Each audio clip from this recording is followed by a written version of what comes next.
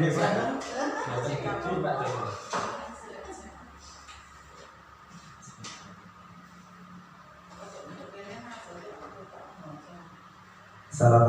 warahmatullahi wabarakatuh. Yang terhormat Bapak Sanusi MPD selaku Kepala Sekolah SD Negeri Kembangan, Bapak Ibu guru serta karyawan yang saya hormati. Pertama-tama marilah kita panjatkan puji dan syukur kepada Allah Subhanahu wa taala yang senantiasa melimpahkan rahmat serta hidayah kepada kita semua, sehingga kita dapat berkumpul dan melaksanakan kegiatan belajar pagi hari ini dalam keadaan sehat. Semoga selawat serta salam kita Muhammad.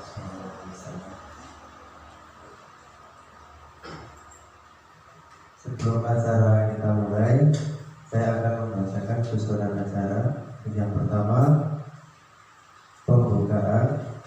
Untuk yang kedua, pemaparan tentang budaya positif. Yang ketiga, tanya jawab, masukan, dan penguatan. Yang keempat, penutup. Untuk acara yang pertama, pembukaan. Sebelumnya kita akan berdoa bersama-sama, berdoa dipersilakan.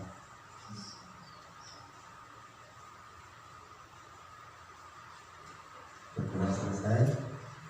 Untuk acara yang kedua yaitu pemaparan tentang budaya positif pada Ibu Dwi Astuti, saya persilakan.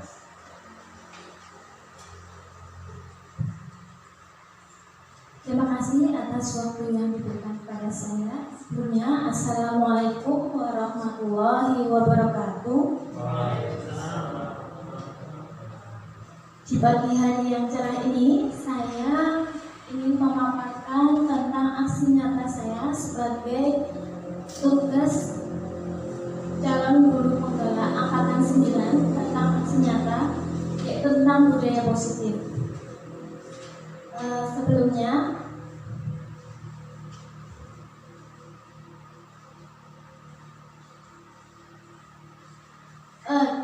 Sebelumnya Bapak dan Ibu, coba di layar sudah ada game. Sekarang saya minta untuk 2 orang, yang satu adalah A dan yang satu adalah B.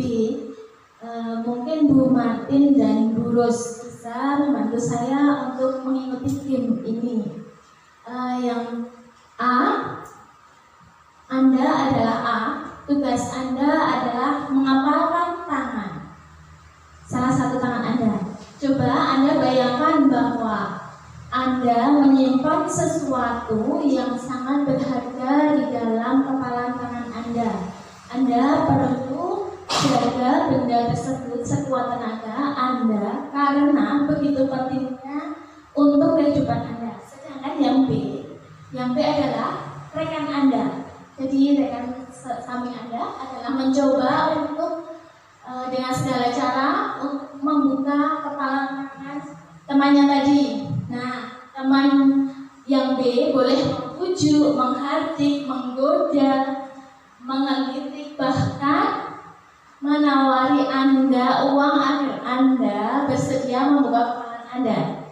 Jadi nanti di sini yang Bu Martin adalah yang B, Bu Ros yang A. Jadi di sini nanti Bu Martin akan menggoda Bu Ros dan Bu Ros nanti akan mempertahankan dengan sekuat tenaga.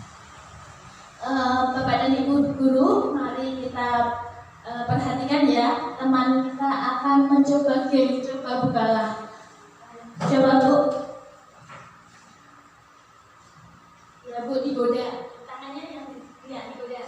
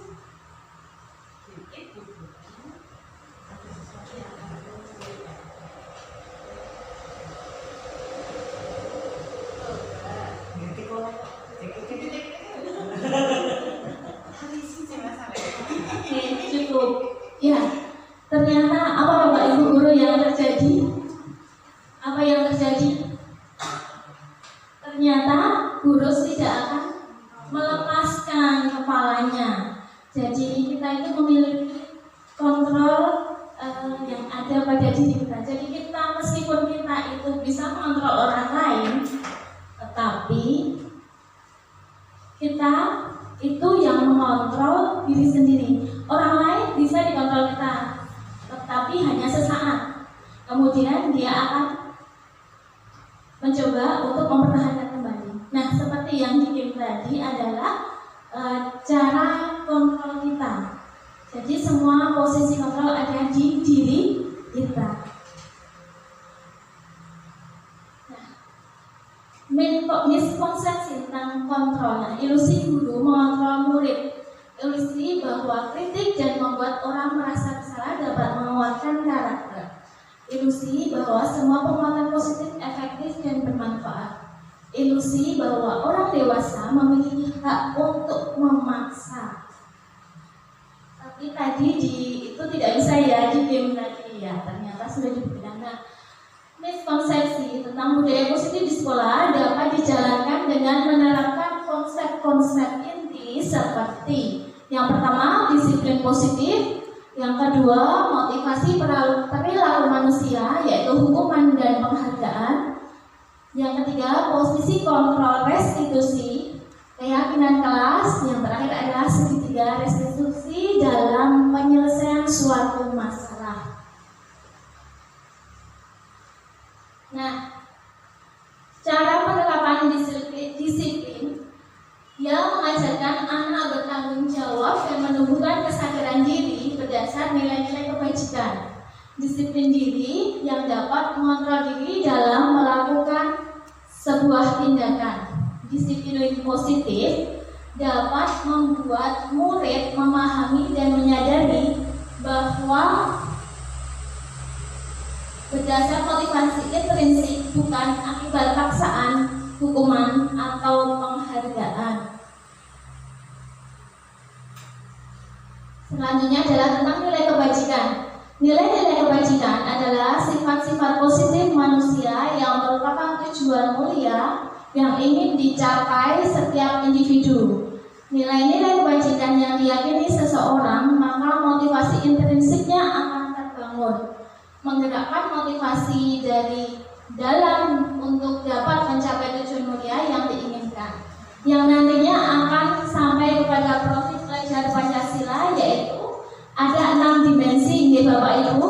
Di situ beriman, bertakwa kepada Tuhan Yang Maha Esa dan berakhlak mulia. Ini tidak bisa terpisahkan. Kemudian mandiri, bernalar kritis, berkebinekaan global, bergotong royong, dan kreatif. Nah, hukuman, konsekuensi, dan restitusi.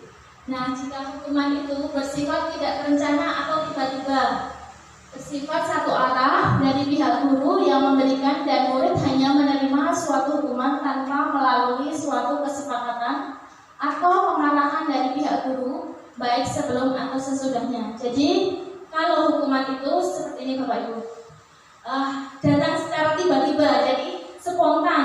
Jika ada siswa kita yang melanggar aturan, kemudian tidak mengerjakan PR, umpamanya tidak mengerjakan PR, kamu mengerjakan PR hari ini 3 lembar, seperti itu. Kemudian kalau tidak mengerjakan PR, tarik keliling lapangan 3 kali, itu adalah namanya hukuman. Jadi hukuman itu berhubungan dengan fisik. Jadi kalau berhubungan dengan fisik dan bersifat spontan itu disebut hukuman. Kemudian yang kedua, disiplin dalam bentuk konsekuensi. Yang kedua, sudah terencana atau sudah disepakati, sudah dibahas dan disetujui oleh murid dan guru. Jadi ketika ada siswa yang tidak mengerjakan PR, tapi sebelumnya ada kesepakatan dari siswa dan guru, jika nanti kamu tidak mengerjakan PR, kamu membuat pernyataan, itu konsekuensi yang sudah dilontarkan. Kemudian dengan secara sadar, siswa yang tidak mengerjakan PR langsung dia akan membuat pernyataan. Ada lagi juga ketika anak lari-larian di kelas, itu ada temannya yang sedang minum kemudian menyenggol dan jatuh, minumannya tumpah. Nah, konsekuensinya adalah untuk membantu temannya membereskan tempat minum tadi. Kemudian yang ketiga, restitusi. Restitusi proses menciptakan kondisi bagi murid untuk memperbaiki kesalahan mereka, sehingga mereka bisa kembali pada kelompok mereka dengan karakter yang lebih kuat. Jadi konsekuensi ini adalah sebuah tawaran Bapak dan Ibu guru. Nah, di sini ada sebuah tawaran ketika anak melakukan kesalahan, umpamanya terlambat ke sekolah. Nah, itu kita gali dulu kenapa kok terlambat, pasti kan dia punya alasan. Terus kita gali kalau dia nanti macet di tengah jalan, apa ya Bu? Nah, kita pancing lagi dengan kalimat pancingan-pancingan. Seperti itu restitusi. Selanjutnya, motivasi perilaku manusia. Janet Gosen dalam bukunya Restructuring School Discipline menyatakan ada 3 motivasi perilaku manusia. Yang pertama adalah untuk menghindari ketidaknyamanan atau hukuman. Yang kedua, untuk mendapatkan imbalan atau penghargaan dari orang lain. Yang ketiga, untuk menjadi orang yang mereka inginkan dan menghargai diri sendiri dengan nilai-nilai yang mereka percaya. Nah, di sini yang pertama, untuk menghindari ketidaknyamanan atau hukuman. Jadi motivasi perilaku manusia ada 3. Yang pertama, untuk menghindari ketidaknyamanan atau hukuman. Jadi siswa itu tertib karena untuk menghindari hukuman dari orang yang memberikan hukuman, dari guru di sini. Nah, kemudian yang kedua adalah untuk mendapatkan imbalan atau penghargaan dari orang lain. Jadi dia tertib karena dia diberi barang, nanti diberi jajan atau diberi sesuatu yang membuat dia menjadi semangat seperti itu, tapi berupa barang itu.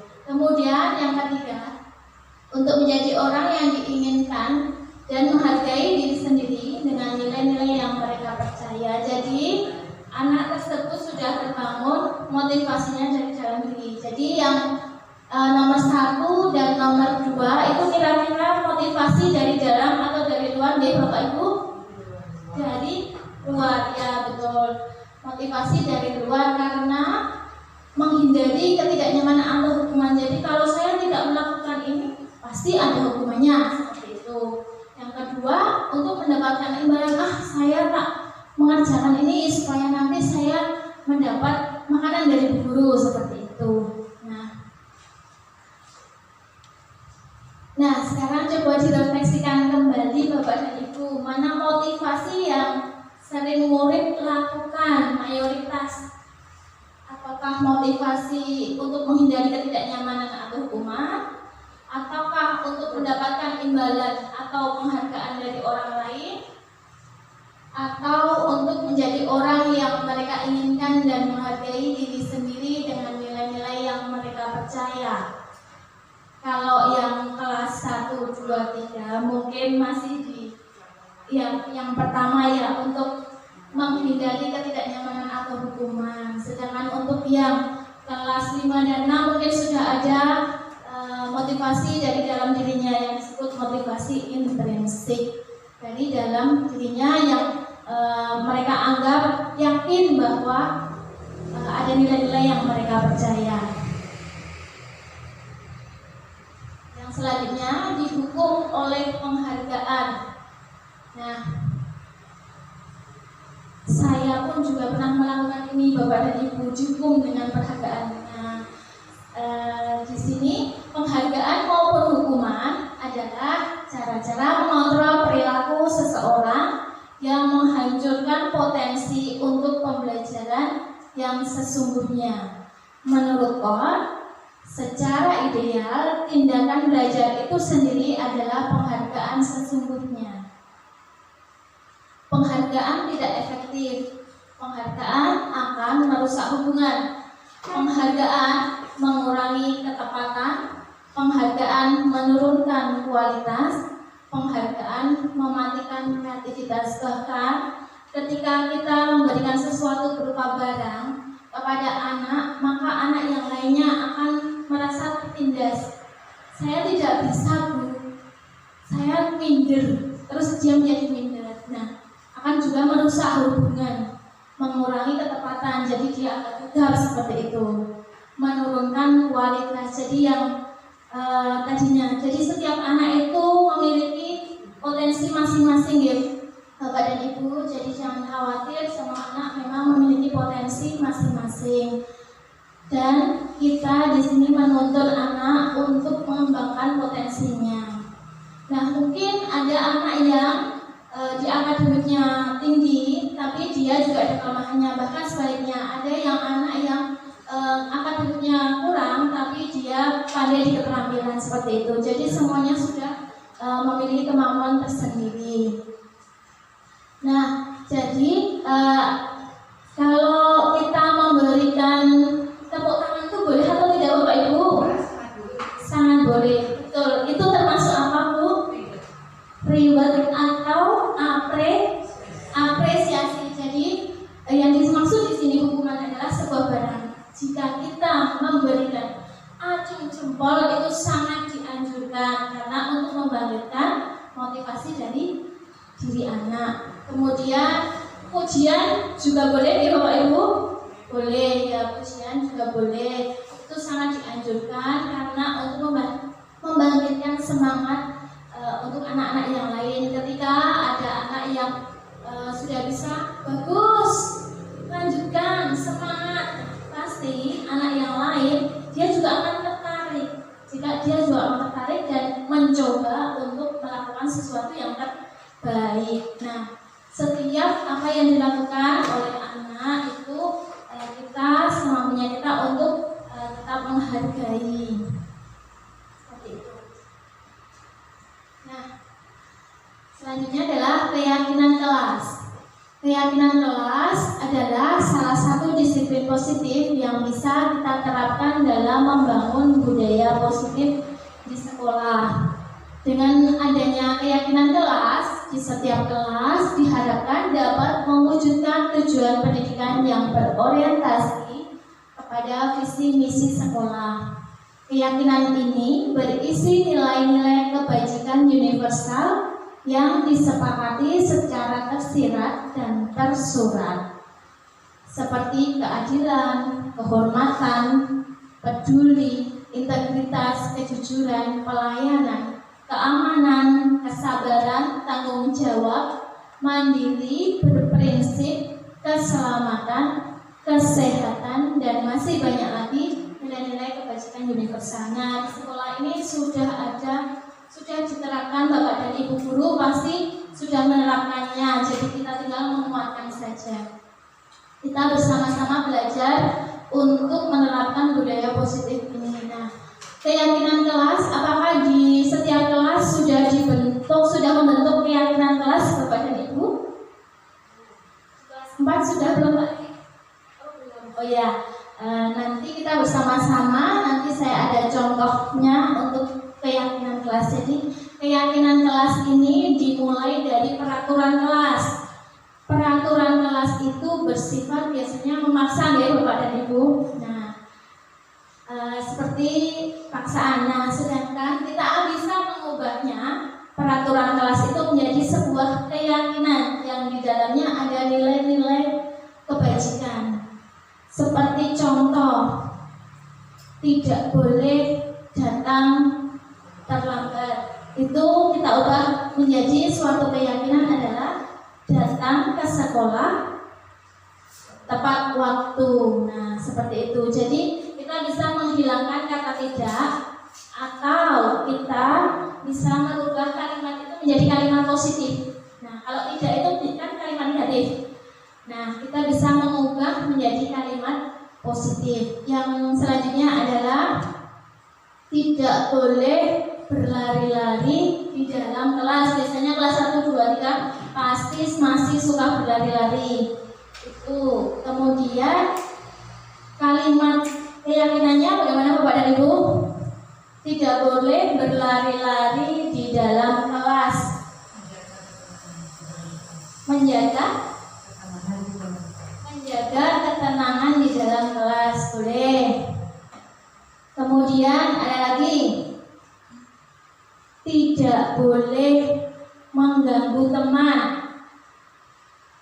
Bisa dibantu untuk membuat kalimat positifnya? Ya, baik, betul. Saling berteman atau menyayangi teman. Kemudian ada lagi, tidak boleh apa ya? Tidak boleh apa ya, Bu? Coba ada lagi nggak, Bu? Pak Lili? Tidak boleh berkelahi. Bisa diubah kalimat positifnya?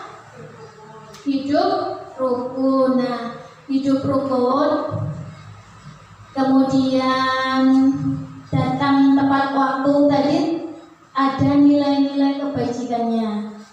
Yang datang tepat waktu bisa disiplin atau tanggung jawab. Kemudian yang lari-larian di dalam kelas adalah keselamatan. Kemudian ketika pandemi kita menggunakan masker ya.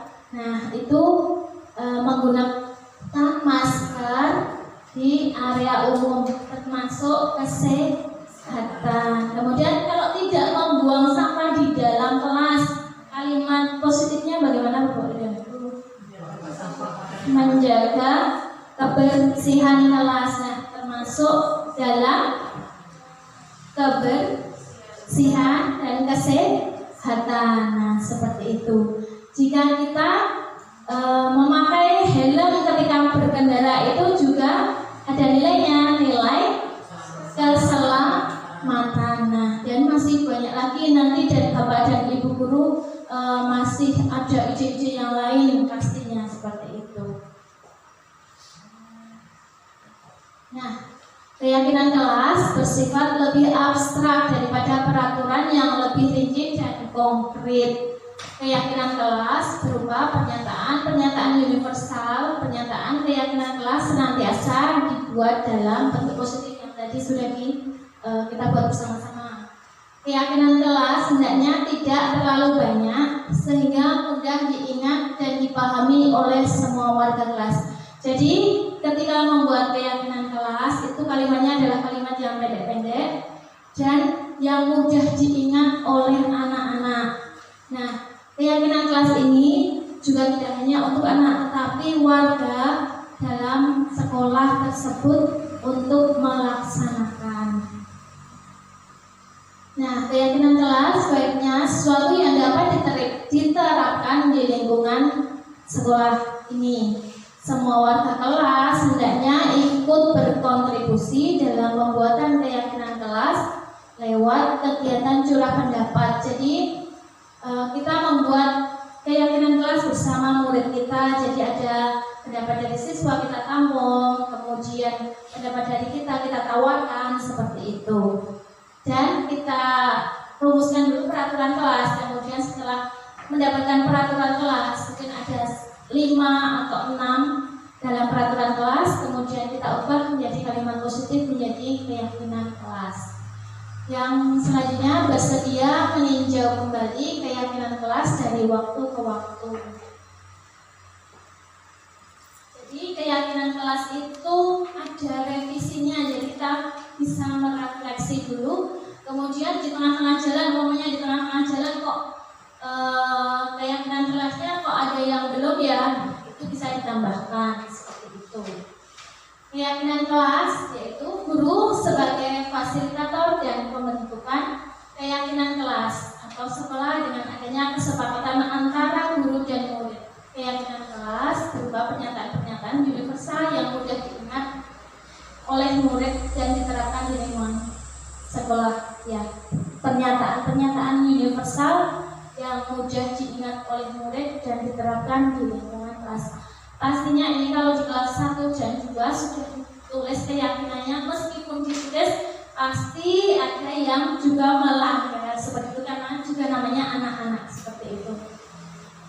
Nah, ini kelas 2 kemarin contoh keyakinan kelas 2 mengutamakan keselamatan, menghormati guru, menyayangi teman, rajin belajar, menjaga kebersihan, datang tepat waktu, melakukan kebersihan kelas, membaca buku di pagi hari. Ini contoh yang di kelas 2 kemarin ketika anak-anak membuat keyakinan kelas bersama saya.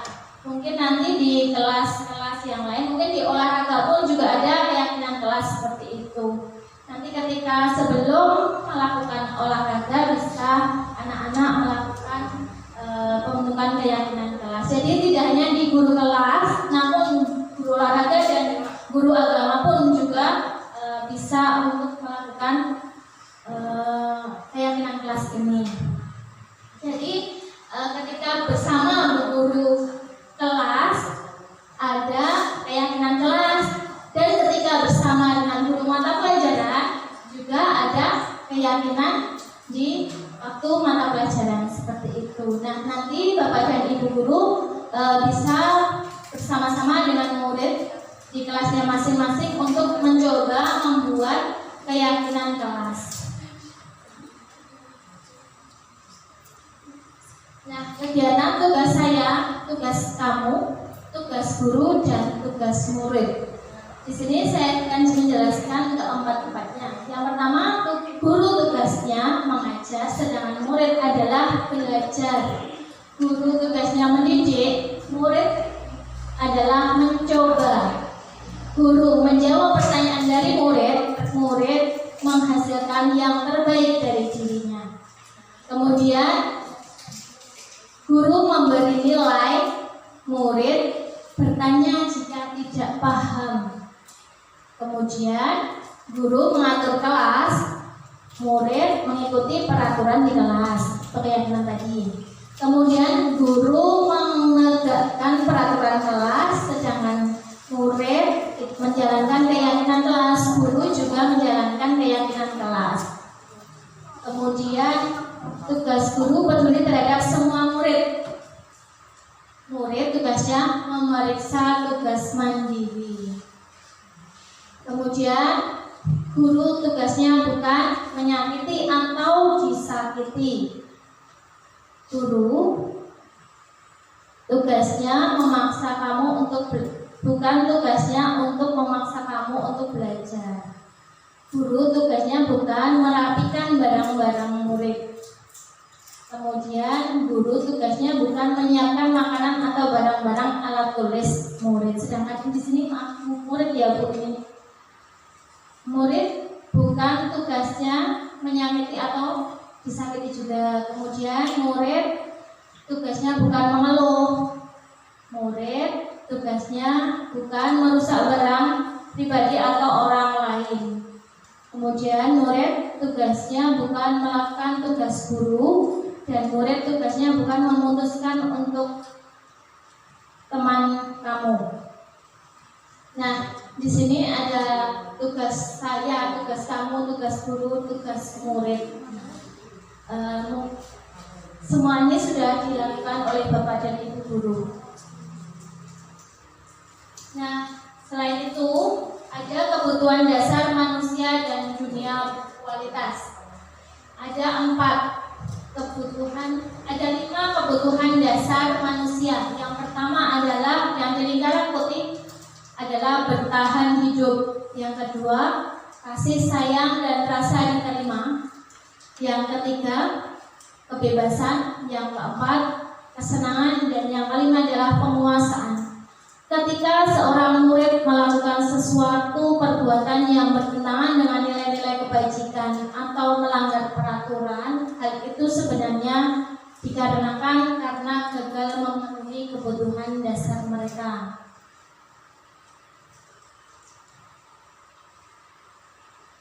Nah, kebutuhan dasar manusia dan dunia berkualitas. Yang pertama, tadi kan ada 5 G. Yang pertama, bertahan hidup atau survival adalah kebutuhan yang bersifat fisiologis untuk bertahan hidup, misalnya kesehatan, rumah, dan makanan. Jadi pangan, sandang, dan papan, seperti itu. Seperti kebutuhan pokok manusia. Siswa, ini ada ilustrasi, siswa terlihat lemas, lapar, dan orang tuanya tidak membawakannya bekal makan siang. Di kelas-kelas pasti pernah mengalami ya Bapak dan Ibu? Ya, pernah mengalami ketika ada anak yang lupa sarapan, seperti itu. Kemudian yang kedua, kasih sayang, rasa diterima, melaporkan tindakan itu pada gurunya dan gurunya memberitahu orang tuanya sehingga orang tuanya jadi memperhatikan dia. Maka kebutuhan dasar yang sedang dipenuhi di sini adalah ilustrasi doni. Doni adalah kebutuhan akan kasih sayang dan rasa diterima. Nah, ketika di sekolah itu ada laporan dan guru itu melaporkan kepada orang tuanya, kemudian pasti orang tuanya akan bertanya pada anaknya, kamu tadi di sekolah ngapain nak? Seperti itu. Nah, itu adalah wujud dari perhatian dari orang tua. Yang ketiga adalah penguasaan. Kebutuhan dasar manusia yang ketiga adalah penguasaan. Seorang anak merasa hebat karena berhasil membuat temannya jadi takut dengan dia dan menuruti keinginannya. Di kelas-kelas pasti juga ada anak yang seperti ini ya Bapak dan Ibu, karena anak tersebut ingin memenuhi kebutuhannya yaitu penguasaan. Jadi merasa menjadi penguasa, aku lebih hebat dari temanku, aku lebih jago dari temanku, aku lebih kuat dari temanku, seperti itu. Mungkin di kelas-kelas juga ada seperti itu. Nah, kebutuhan dasar manusia yang keempat adalah kebebasan. Ibunya selalu membawakan bekal yang sama. Oleh karena itu, dia mencoba makan makanan teman-temannya yang beraneka ragam. Jadi setiap hari ibunya Doni tadi memberikan bekal pada Doni itu bekal yang sama setiap hari. Nasi, ayam, tempe, nasi, ayam, setiap hari seperti itu. Nah, dia akan merasa bosan. Nah, karena dia itu hanya diberikan bekal yang sama, dia bosan, dia ingin memenuhi kebutuhannya itu kebebasan. Dia meminta temannya, dia ingin meminta makanan teman-temannya. Kadang tidak meminta tapi langsung mengambil, kan seperti itu. Karena dia ada faktornya ingin memenuhi kebutuhan yaitu kebebasan. Yang kelima adalah kesenangan. Di sini ada ilustrasi Doni mengambil makanan, melakukannya karena iseng saja, dan ia menikmati ekspresi wajah teman-temannya yang kesal karena diambil makanannya, dan menurut dia ekspresi teman-temannya itu lucu. Nah, dia tertawa ketika mengambil makanan, iseng aja dia ambil seperti itu. Lalu kan temannya, jangan dong, jangan, kalau lari-larian seperti itu. Kemudian ada yang nangis. Nah, Doni itu melihat temannya itu, dia tertawa terbahak-bahak karena dia ingin memenuhi kebutuhannya yaitu tentang kesenangan. Nah, puas, betul. Nah, ada lagi juga ketika anak yang lari-lari di luar kelas, nah, itu juga dia ingin memenuhi kebutuhannya di luar kelas karena mungkin sudah bosan di kelas 2, sudah bosan dengan gurunya. Nah, seperti itu dia lari-lari di luar kelas. Nah, itu adalah dia dalam tahap memenuhi kebutuhan tentang kesenangan. Nah, di sini ada video.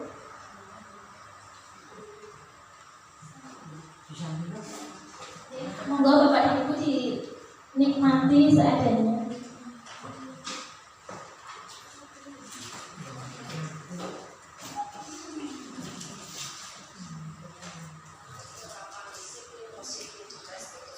Bisa sambil pesan ini Bapak dan Ibu.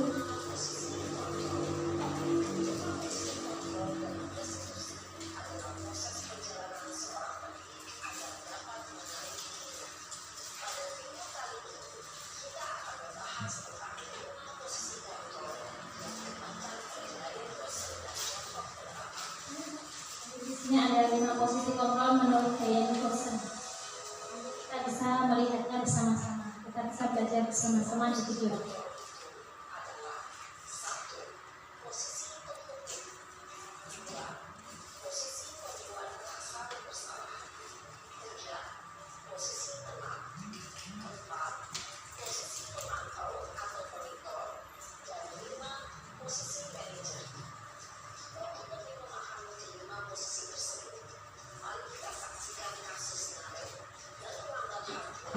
Di situ ada kasus narik murid SMA di situ.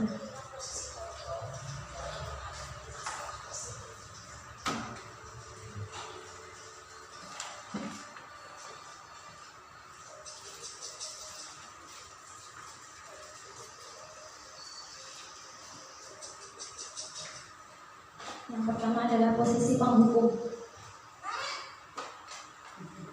Itu ada gurunya.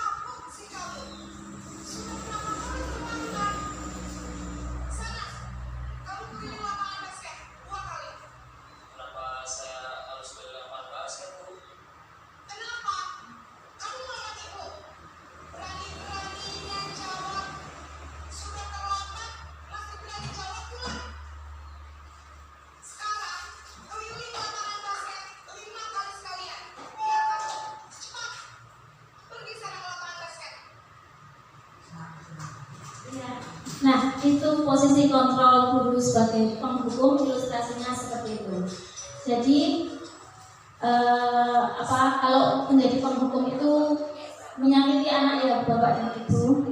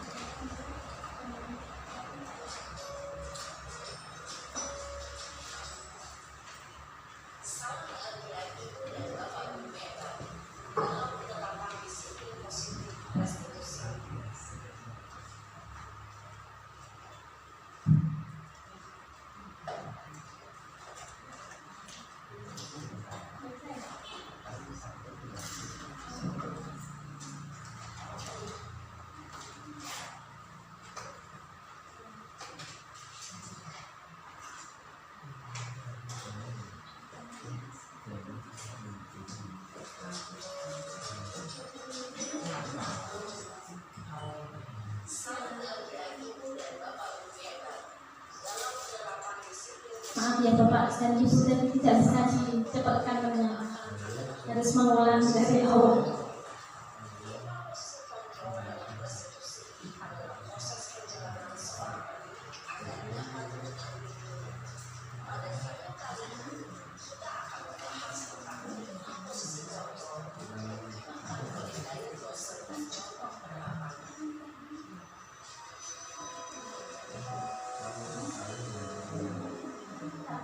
Lagi ketika ada seorang guru yang menerapkan posisi sebagai posisi penghukum, yang kedua posisi membuat merasa bersalah, yang ketiga posisi teman yang membuat sebagai pemantau atau monitoring, dan yang kelima adalah posisi manajer.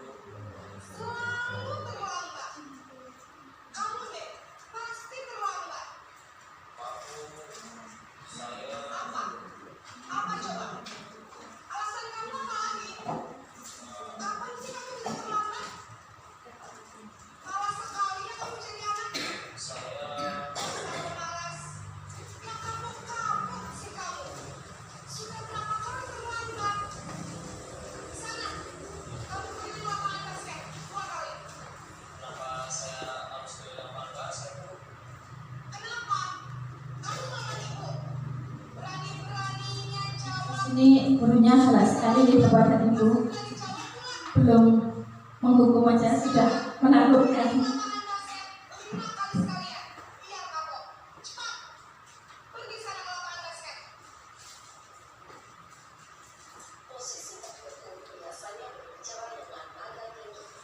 Nah, biasanya dengan nada tinggi menghardik dan menyakiti hati anak.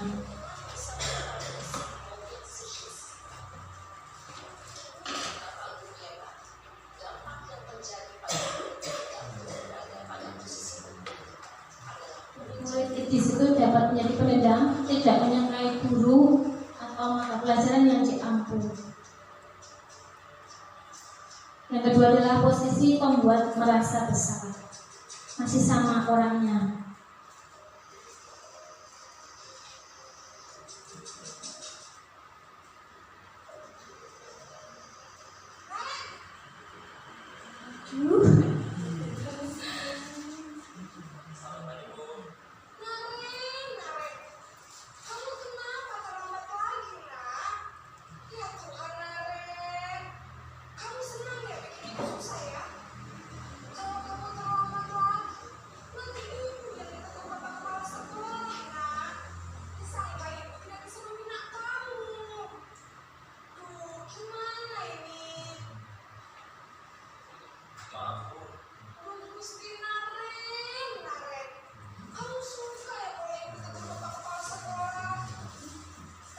Nah, dia menekankan membuat merasa bersalah si anak tadi, seorang guru di sini.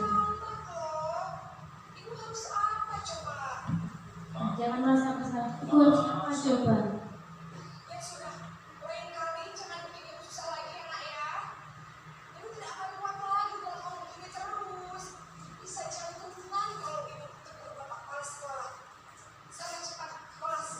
Menakut-nakuti anak, jadi membuat dia merasa bersalah karena dia terlambat. Posisi membuat rasa bersalah berbicara dengan nada tenang. Biasanya dengan nada tenang ketika posisi kontrol guru sebagai pembuat merasa bersalah. Namun kata-katanya menyalahkan muridnya. Merasa tidak berharga dan tidak sanggup membahagiakan orang lain. Ketika guru mengambil posisi membuat rasa bersalah, guru akan membuat dirinya yang bersalah dan dia akan menyimpan emosi negatif tersebut dalam dirinya.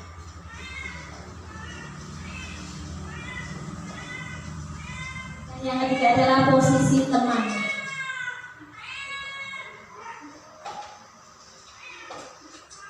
Nah, di situ ada ilustrasi kembali bapak dan ibu, orangnya sama.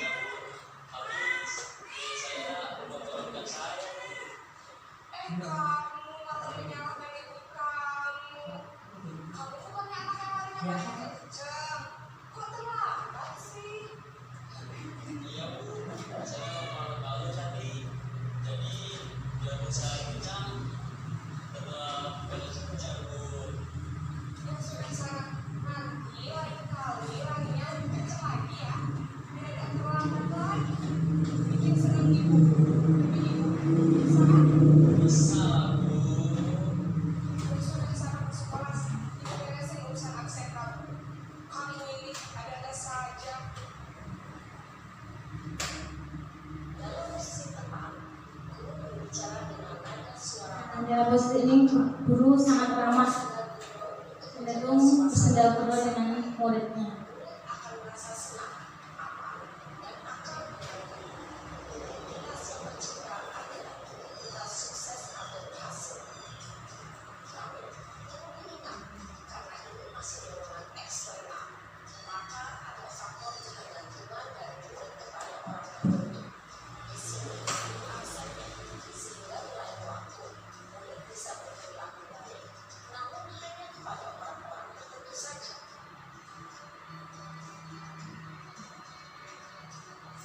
Yang selanjutnya adalah posisi pemantau atau monitor.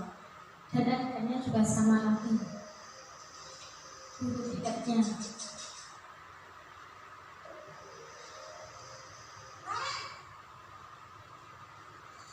Karen, apa peraturan sekolah kita tentang jam berapa kita harus masuk sekolah, Nak? Kita harus di sekolah jam 7, Bu. Iya betul, sekarang sudah jam 7.20. Kalian sudah tahu konsekuensinya jika terlambat hadir? Jadi di sini pemantau menawarkan konsekuensinya apa? Pas jam istirahat selama 20 menit. Iya benar, konsekuensinya demikian. Jadi nanti jam 9.30 pas istirahat, kamu harus tinggal di kelas, kerjakan tugas tambahan untuk ketertinggalan kamu, ya? Baik, Bu.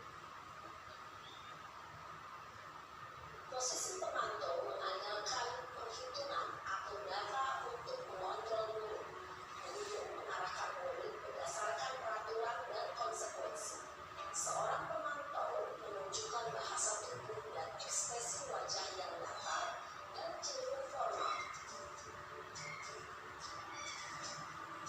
Dan yang terakhir adalah posisi guru sebagai manajer.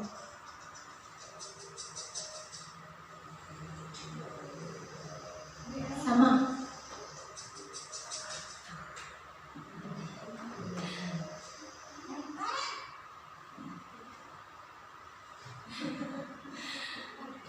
Selamat pagi, Bu.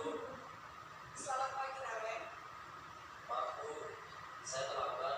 Iya, sekolah masuknya jam 7, sekarang sudah jam 7.20.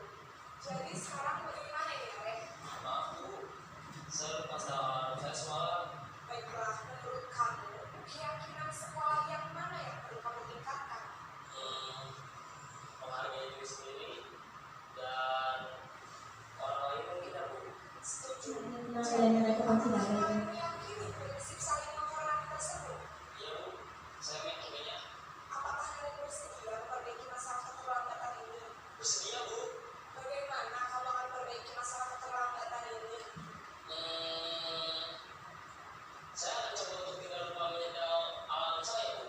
Baik, kalau kalian lupa menyetel alarm di rumah, ada orang yang kira-kira bisa bantu mengingatkan tidak?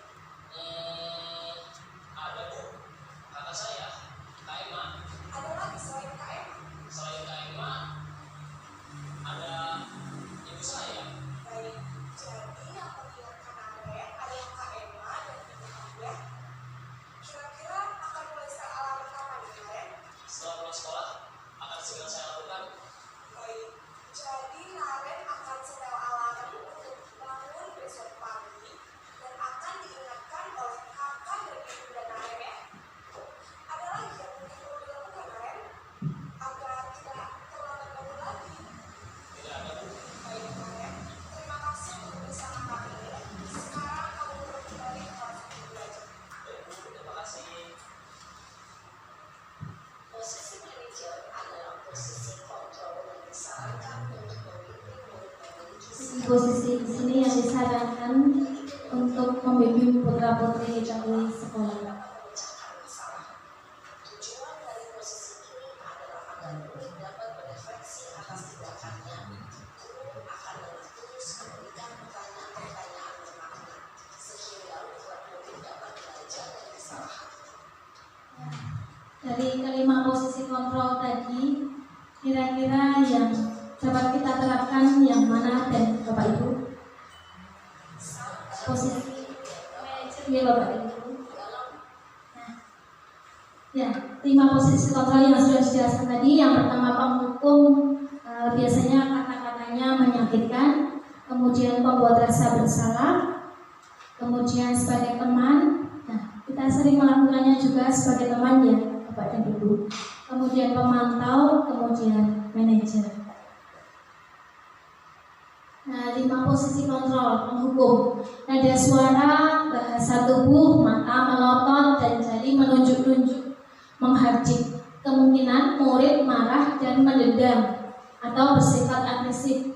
Bisa jadi sesudah kembali duduk, murid tersebut akan mencoret-coret bukunya atau meja tulisnya. Lebih buruk lagi, sepulang sekolah, murid terlihat melihat motor atau mobil bapak dan ibu guru akan menggores kendaraan tersebut dengan paku, bahkan menggemboskan ban sepeda motor. Kemudian posisi membuat merasa bersalah, nada suara memelas, halus, sedih, bahasa tubuh merapat pada anak lesu. Contoh kalimatnya adalah, ibu sangat kecewa sekali dengan kamu. Berapa kali bapak harus beritahu kamu ya? Gimana coba kalau orang tua kamu tahu kamu berbuat begini? Murid akan merasa bersalah, murid akan merasa menjadi orang yang gagal dan tidak sanggup membahagiakan orang lain. Kadang-kala sikap seperti ini lebih berbahaya dari sikap hukum, karena emosi akan tertanam rapat di dalam murid menahan perasaan. Jadi ada siswa yang depresi mungkin akibat dari pembuat merasa bersalah seperti ini. Kemudian posisi teman, nada suara ramah, akrab dan bercanda, bahasa tubuh merapat pada murid, mata dan senyum jenaka. Ayo bantulah demi bapak ya. Ayo, ingat tidak bantuan bapak selama ini? Ya sudah, kali ini tidak apa-apa, nanti ibu bantu bereskan, seperti itu kata-katanya. Tidak ada masalah, dia merasa bisa mengandalkan guru tersebut untuk membantunya. Akibat lain dari posisi teman, hanya akan berbuat sesuatu bila yang menyuruh itu gurunya. Kalau gurunya yang lain tidak akan mau, seperti itu, cenderungnya seperti itu. Kemudian sebagai pemantau, nada suara datar, bahasa tubuh yang formal. Contoh kalimatnya, peraturannya apa? Apa yang telah kamu lakukan? Sanksi atau konsekuensinya apa? Nah, murid memahami konsekuensi yang harus dijalankan karena telah melanggar salah satu peraturan sekolah.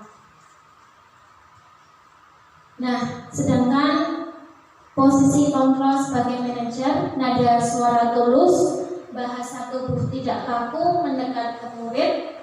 Peraturannya apa? Apa yang telah kamu lakukan? Sanksi atau konsekuensinya apa?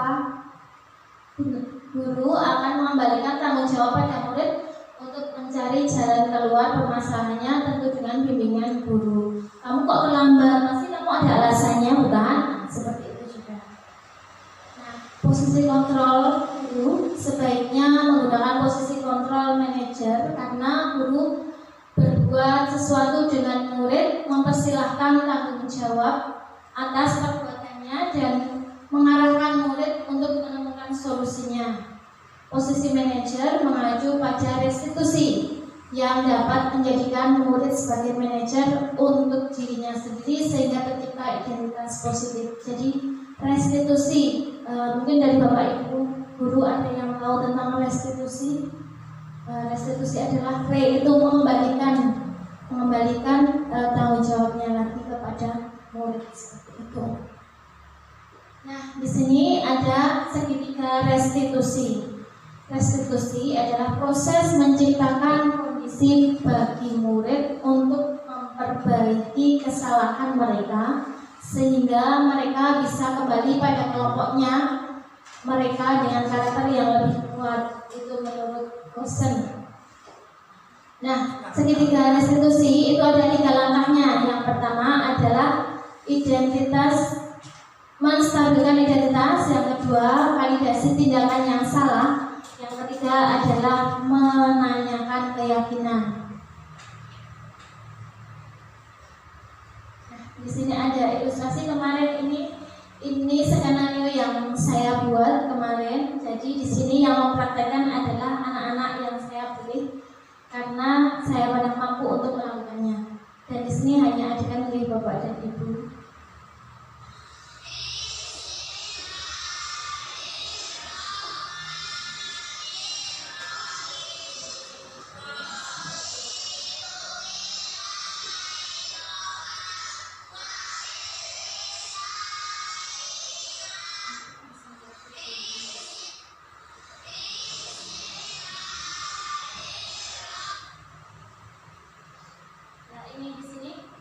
Di sini adalah kemarin di sini memperbaiki anak dalam hal mencontek di sini. Nah, di sini ada anak yang mencontek ini karena waktunya nanti tidak cukup, jadi hanya foto saja nih Bapak dan Ibu. Nah, kemudian ini pertanyaan saya tanyakan,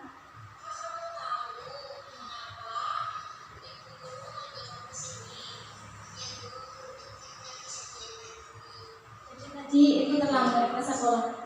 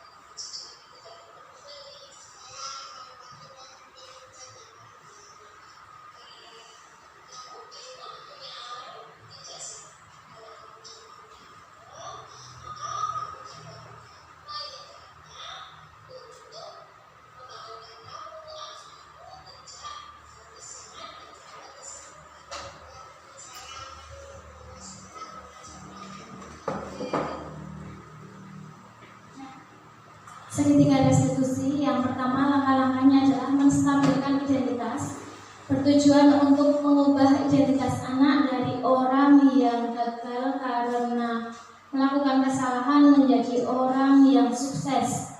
Anak yang melanggar peraturan karena sedang mencari perhatian adalah anak yang sedang mengalami kegagalan.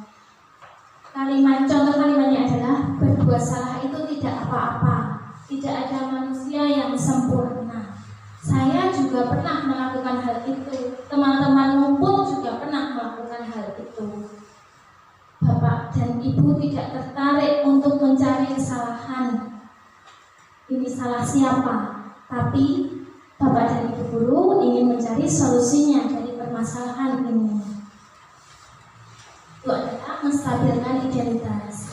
Yang kedua adalah validasi tindakan yang salah, bertujuan untuk menjadi lebih terbuka. Contoh kalimatnya adalah, padahal kamu bisa melakukan yang lebih buruk dari ini ya. Kamu pasti punya alasan mengapa melakukan hal itu. Kamu patut bangga pada dirimu sendiri karena kamu telah melindungi sesuatu yang penting buat kamu. Kamu boleh mempertahankan sikap itu, tapi kamu harus menambahkan sikap yang baru. Jadi di tindakan yang salah ini kita dikembalikan lagi kepada murid. Dan kemudian langkah yang ketiga adalah menanyakan keyakinan, bertujuan untuk menggali apa yang diyakini dan menimbulkan motivasi internal. Apa yang kita percaya sebagai kelas atau keluarga, apa nilai-nilai umum yang kita telah sepakati, apa bayangan kita tentang kelas yang ideal, kamu mau jadi orang yang seperti apa.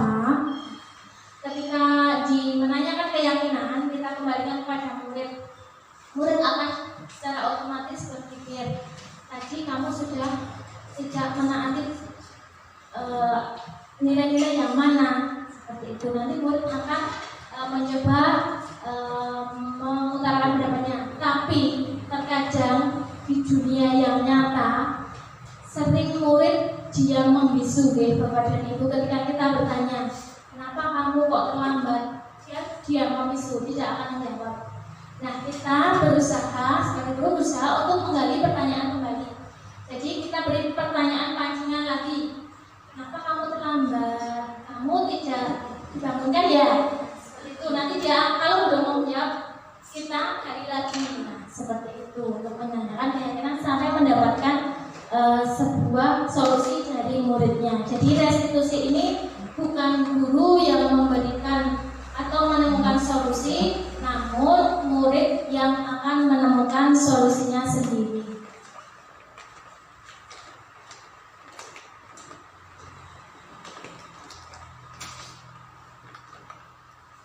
Ya, sekian dari saya. Saya akan kembalikan kepada moderator. kasih saya ucapkan pada Ibu Prastuti. Untuk acara selanjutnya yaitu tanya jawab masukan dan penguatan. Mungkin dari Bapak Ibu ada pertanyaan atau masukan atau sebuah penguatan terkait pemaparan yang sudah dilakukan sama Ibu Prastuti.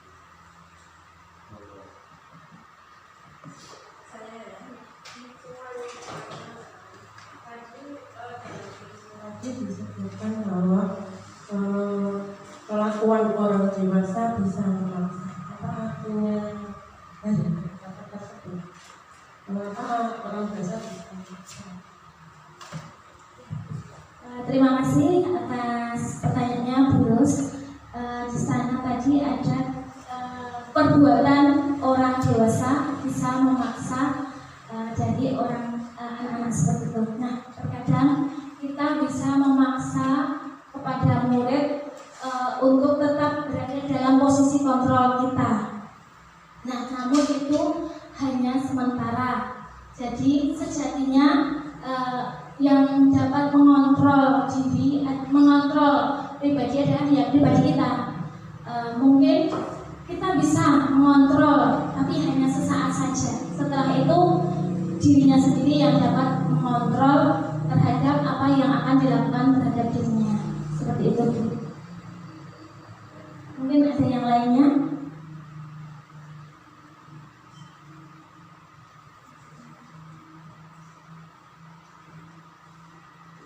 Bapak Ibu yang lain.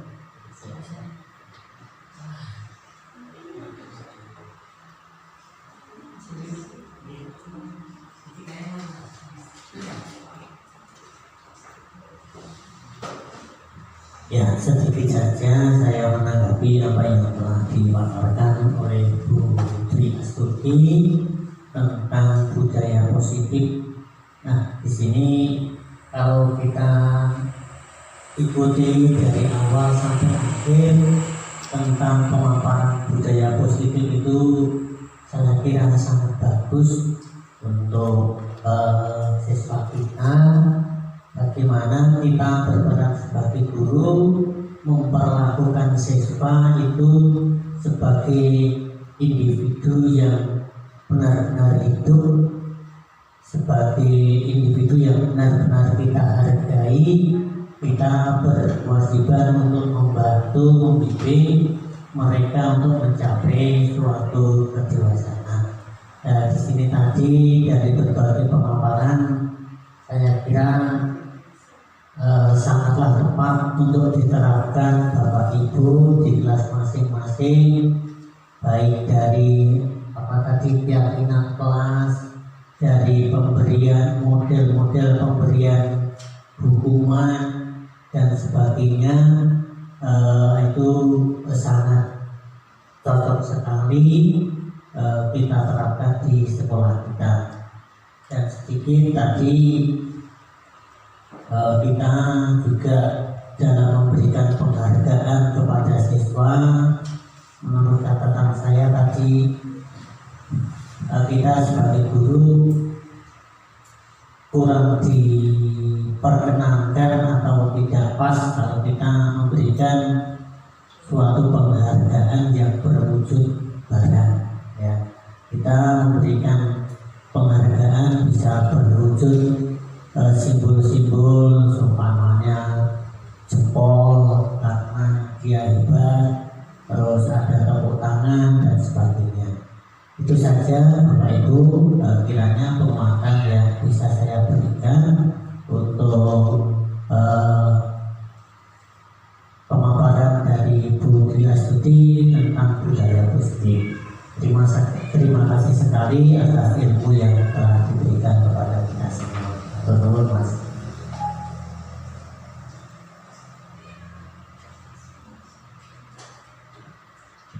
Terima kasih kepada Bapak Sandi yang telah memberikan penguatan terhadap saya atas paparan saya. Nah, di sini kita sama-sama belajar di Bapak dan Ibu. Saya tidak lebih pintar dari Bapak dan Ibu. Saya di sini kita bersama-sama belajar untuk menerapkan budaya positif di sekolah. Yang pastinya di sekolah sudah ada budaya positif, kita tinggal menguatkan saja, dan kita juga butuh kerjasama dan kolaborasi antar guru, antar siswa, antar orang tua. Nah, nanti agar bisa diterapkan di lingkungan rumah dan di masyarakat dan menjadi anak yang seutuhnya. Mungkin dari pemaparan saya akan saya simpulkan bahwa kita sebagai guru menuntun anak untuk menjadi anak yang lebih baik, menjadi manusia seutuhnya agar dapat mengembangkan kompetensinya sesuai yang diharapkan. Nah, yang kedua adalah kita menggunakan posisi kontrol sebagai manajer untuk menyelesaikan suatu permasalahan. Yang ketiga adalah kita menerapkan segitiga restitusi guna untuk menyelesaikan suatu permasalahan. Mungkin sebelum saya akhiri, mungkin kita bisa tepuk-tepuk dulu ya Bapak dan Ibu. Saya ada tepuk jempol dan Bapak dan Ibu yang sudah saya terapkan di kelas saya. Nah, nanti yang pertama adalah tepuk jempol, jempol kanan, jempol kiri, jempol-jempol, jempol-jempol. Warga sekolah SD Gebangan hebat seperti itu nggih.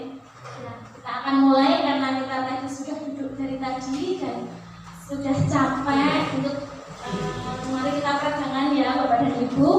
Tepuk jempol, jempol kanan, jempol kiri, jempol-jempol, jempol-jempol. Warga sekolah SD Gebangan hebat. Oke, terima kasih, tepuk tangan untuk kita semua. Ya, kiranya pemaparan dari saya cukup sekian. Jika kesalahan saya mohon maaf. Wabillahi walhidayah. Wassalamualaikum warahmatullahi wabarakatuh. Waktu saya akan kembalikan kepada moderator. Terima kasih saya ucapkan kepada guru STT yang telah memberikan banyak ilmu dan pengetahuan kepada kita semua. Nah, untuk acara selanjutnya yaitu penutup. Sebelum acara saya tutup, saya minta maaf yang sebesar-besarnya jika ada salah kata maupun salah ucap selama saya menjadi moderator di sini. Saya akhiri. Assalamualaikum warahmatullahi wabarakatuh.